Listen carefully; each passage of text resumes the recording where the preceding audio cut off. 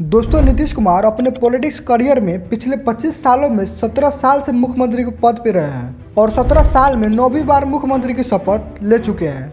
आमतौर पर कोई भी पॉलिटिशियन 5 साल पे एक बार शपथ लेता है, लेकिन नीतीश कुमार इतना बार पार्टी चेंज की है कि इनको इस बार 9वीं बार शपथ लेना पड़ा। और कमाल की बात यह है कि इतना बार पार्टी चेंज करने के बाद मुख्यमंत्री भी वही रहते हैं। दोस्तों, आखिर नीतीश कुमार को इतने बार पार्टी चेंज करने के बाद भी मुख्यमंत्री के पद पे रहना क्या सीक्रेट है और क्यों आरजेडी पार्टी को छोड़ना पड़ा? क्या मजबूरी थी नीतीश कुमार की? आइए आज की इस वीडियो में डिटेल में जानने की कोशिश करते हैं। नीतीश कुमार बीजेपी के साथ अब जाने वाले हैं क्या? जी हाँ, महापलट आज फिर से शपथ। बिहार की सियासत से अभी की सबसे बड़ी खबर जो आ रही है वो आपको बता दें, आज मुख्यमंत्री पद से इस्तीफा देंगे नीतीश कुमार। ये बड़ी जानकारी। मैं नीतीश कुमार सत्यनिष्ठा से प्रतिज्ञान करता हूँ कि मैं विधि द्वारा स्थापित भारत के संविधान के प्रति सच्ची श्रद्धा और निष्ठा रखूंगा।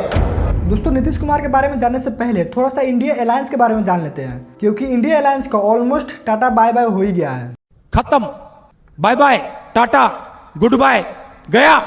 क्योंकि इंडिया अलायंस को गठन करने में नीतीश कुमार का एक अहम रोल था और नीतीश कुमार तो इंडिया अलायंस से पलट ही गए। अगर नीतीश कुमार इंडिया अलायंस से नहीं भी गए होते तो फिर भी इंडिया अलायंस का द एंड होने वाला ही था, क्योंकि टीएमसी वेस्ट बंगाल की ममता दीदी बोल रही कि हम लोकसभा के चुनाव अकेले लड़ेंगे और पंजाब में आपने अलविदा कह दिया। केरला में वेस्ट बंगाल सीट शेयर करना नहीं चाहता।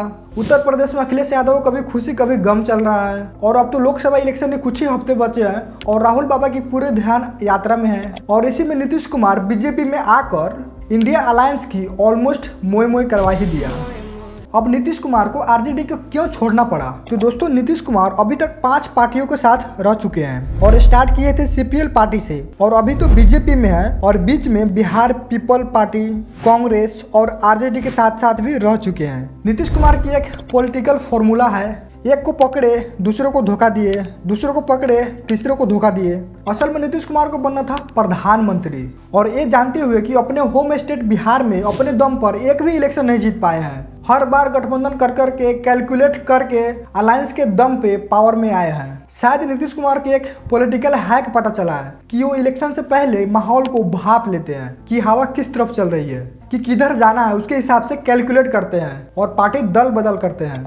दोस्तों, लालू यादव और नीतीश कुमार स्टार्टिंग में दोस्ती थे, लेकिन पॉलिटिक्स में दोस्ती सबसे बड़ा दुश्मन कब बन जाता है ये पता ही नहीं चलता है। अब 1994 में दोनों सेपरेट हो गए, यानी अलग हो गए। अब लालू प्रसाद यादव 1990 में पहली बार चीफ मिनिस्टर बने और इसके विपक्ष में नीतीश कुमार ही थे। और जो लालू यादव को पॉपुलर टैक्स है जंगल राज की और लालू हटाओ बिहार बचाओ, वो सब नीतीश कुमार की ही देन है।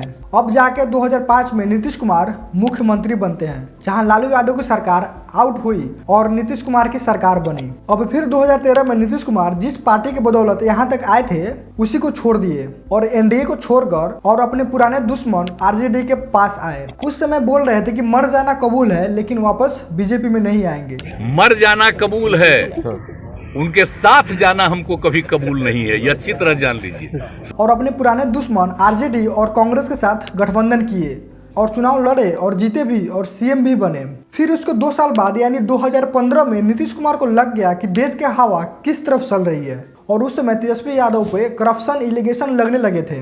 तो अब नीतीश कुमार को समझ में आ गया कि हम पे भी अब कुछ न कुछ लगने वाला है। अब नीतीश कुमार 2015 में फिर से बीजेपी में आ गए। वहीं 2 साल पहले नीतीश कुमार बोल रहे थे कि मर जाएंगे लेकिन बीजेपी के साथ कभी नहीं आएंगे और मात्र 2 साल में ही बदल गए। अब तो बीजेपी में आ गए, सीएम भी बन गए, लेकिन भैया इनको तो बनना था प्रधानमंत्री और उस समय थोड़ा थोड़ा हवा आरजेडी की तरफ चल रही थी। तो इन्होंने सोचा कि मेरा तो अब टाइम हो गया, अब मैं चलता हूँ आरजेडी में और बीजेपी की मोर्चा वगैरह खोलूंगा और पीएम भी बन सकता हूँ। अब 2022 में फिर से आरजेडी के पास आ गए और फिर से सीएम बने और तेजस्वी यादव डिप्टी सीएम बने।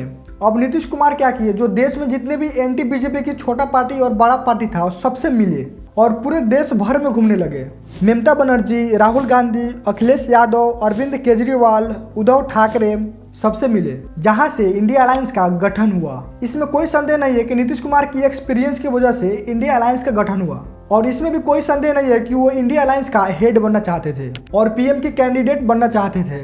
लेकिन ये बात राहुल गांधी को प्राइवेटली और ममता बनर्जी को पब्लिकली नहीं पसंद था, क्योंकि कांग्रेस की तरफ से भी साफ था कि राहुल गांधी पीछे नहीं जाने वाले हैं, वो पार्ट अलायंस का मुख्य केंद्र रहेंगे। तो अब इसमें पीएम के कैंडिडेट तो एक ही होंगे, जो है राहुल गांधी। तो अब नीतीश कुमार को लगा कि भाई अब तो यहाँ पे पीएम के कैंडिडेट तो बचा ही नहीं, जिस काम के लिए यहाँ आए थे वो तो हुआ ही नहीं। अब यहाँ से गेम शुरू होता है दोस्तों, कोई बड़ा गेम नहीं, वही पलटने वाला गेम, इधर से उधर करना और उधर से इधर करना। अब नीतीश कुमार 28 जनवरी 2024 को फिर से बीजेपी में आ गए और अपने 9वीं बार मुख्यमंत्री की शपथ लिए। अब थोड़ा नीतीश कुमार की एक बार ट्रांसफॉर्मेशन देख लेते हैं। नीतीश कुमार 2005 से 2010 तक बीजेपी के साथ थे।